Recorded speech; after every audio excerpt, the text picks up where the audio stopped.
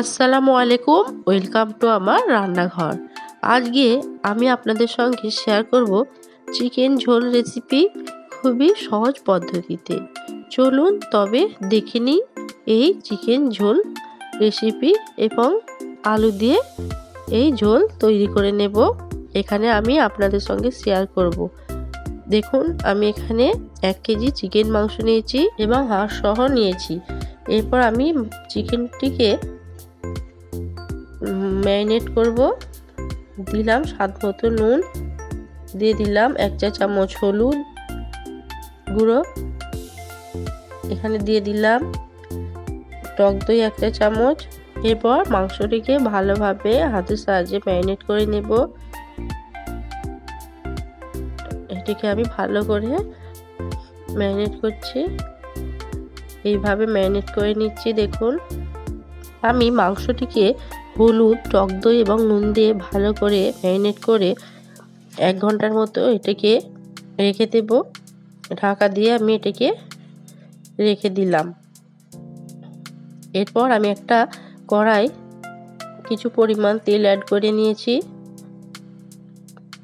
এরপর আমি দেখুন এই কেটে রাখা আলুগুলোকে কড়াইয়ের মধ্যে দিয়ে দেব এবং এটিকে হালকা ফ্রাই করে নেব।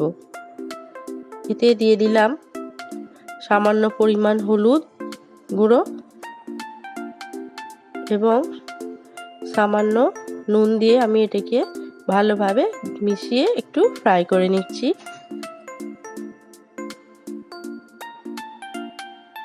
বেশি ফ্রাই করার প্রয়োজন নেই, হালকা ফ্রাই হলেই হবে। আলুটিকে 6 থেকে 7 মিনিট ফ্রাই করে নেওয়ার পর একটু লাল হয়ে গেলে আমি একটি পাত্রের মধ্যে আলুগুলো তুলে নেব। আমি সবকটা আলু এইভাবে তুলে নিলাম। এবার আমি ওই কড়াই তেলে একটু তেল অ্যাড করে নিলাম। তেলটা গরম হয়ে গেছে। এর উপরে আমি দিয়ে দিলাম দারুচিনি, 3টে তেজপাতা এবং 3-4টে এলাচ।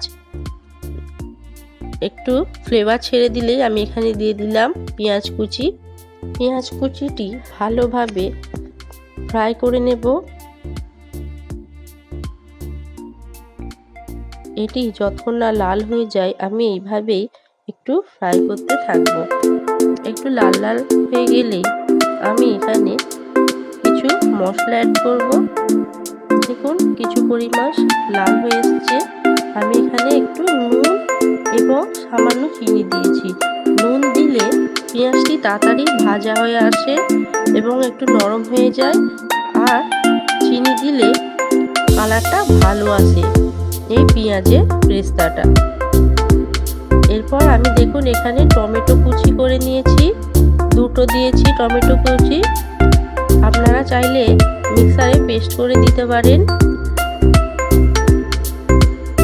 টমেটোটি একটু ভাজা ভাজা হয়ে এলে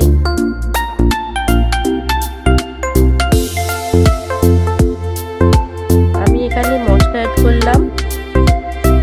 1 চা চামচ লঙ্কার গুঁড়ো, 1 চা চামচ হলুদ গুঁড়ো আমি দিয়ে দিয়েছি। এখানে দিয়ে দিলাম 1 চা চামচ জিরে গুঁড়ো এবং দিয়ে দিলাম কালারের জন্য কাশ্মীরি লাল লঙ্কা। মশলাগুলোকে ভালোভাবে মিক্স করে নিচ্ছি। একটু মশলাগুলো মিক্স হয়ে গেলে এর উপর আমি একটু দেখুন জল দিয়ে দিয়েছি। এগুলো ভালোভাবে একটু মিক্স করে নিলাম। তারপরে দিয়ে দিলাম 1 চা চামচ আদা বাটা, 1 চা চামচ রসুন বাটা। এগুলোকে ভালোভাবে ফ্রাই করে নেব এবং ভালোভাবে কষিয়ে নেব। আমি প্রায় কিছুক্ষণ কষিয়ে নেওয়ার পর আমি এখানে দেখুন ম্যারিনেট করা মাংসগুলো মশলাতে অ্যাড করে নিলাম। মাংসগুলো মশলার সঙ্গে ভালোভাবে মিশিয়ে নেব। আমি প্রায় এখানে অনেকক্ষণই কষিয়ে নিয়েছি, প্রায় 20 মিনিটের মতো কষানোর পর এই কালারটা এসছে। এরপর আমি এখানে জল না দিয়ে একটা ঢাকনা দিয়ে চাপা দিয়ে দিলাম ভালোভাবে। কিছুক্ষণ পর খুলে আমি দেখুন তেলটা ছেড়ে গেছে কত সুন্দর। এর মাঝে আমি একবার করে নেড়ে দিচ্ছিলাম, এখনো একবার ভালোভাবে নেড়ে দেব। মাংসটিকে ভালোভাবে কষিয়ে নেব। প্রায় আধ ঘন্টার মতো কষানোর পর আমি এখানে ফ্রাই করা আলুগুলো দিয়ে দিলাম মাংসের সঙ্গে। এগুলো ভালোভাবে মিশিয়ে কিছুক্ষণ কষিয়ে নেব।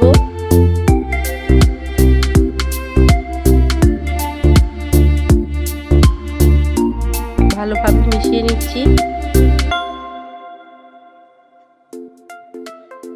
দেখুন কালারটা কত সুন্দর এসেছে। এরপর আমি সামান্য পরিমাণ জল দিয়ে এটি আরেকবার নেড়ে ভালো করে, বেশি জল দেব না। এরপর আমি ঢাকনা দিয়ে রেখে দিয়েছিলাম, আবার ফিরে আসছি। রেডি হয়ে গেছে মাংস চিকেনের ঝোল। দেখুন কত সুন্দর কালার এসছে। এরপর আমি একটি পাত্র নিয়েছি, মাংসগুলো আমি এখানে সার্ভ করে নেব। গরম গরমই সার্ভ করে নিচ্ছি। এইভাবে বন্ধুরা আপনারা বাড়িতে ট্রাই করবেন।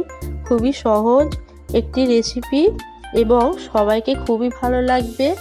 ঘরোয়া পদ্ধতিতে এটি রেসিপি করেছি, আপনারা বাড়িতে ট্রাই করবেন। বাড়িতে থাকা উপকরণ দিয়ে তৈরি করে নেওয়া যায় খুবই সুস্বাদু একটি রেসিপি। বড় ছোট সকলকেই ভালো লাগবে। সিম্পল রেসিপি কিন্তু খেতে খুবই টেস্টি ও মজাদার। বন্ধুরা প্রতিদিনের মতো আমার এই রেসিপি ভালো লাগলে লাইক, শেয়ার এবং কমেন্ট করবেন এবং নতুন বন্ধুদের বলছি সাবস্ক্রাইব করে নেবেন। এবং যেসব বন্ধুরা আমার পাশে আছেন তাদের অসংখ্য ধন্যবাদ। এবং পাশে থাকা বেল আইকনটি ক্লিক করে নেবেন নতুন নতুন রেসিপি আপডেট পাওয়ার জন্যে। ধন্যবাদ।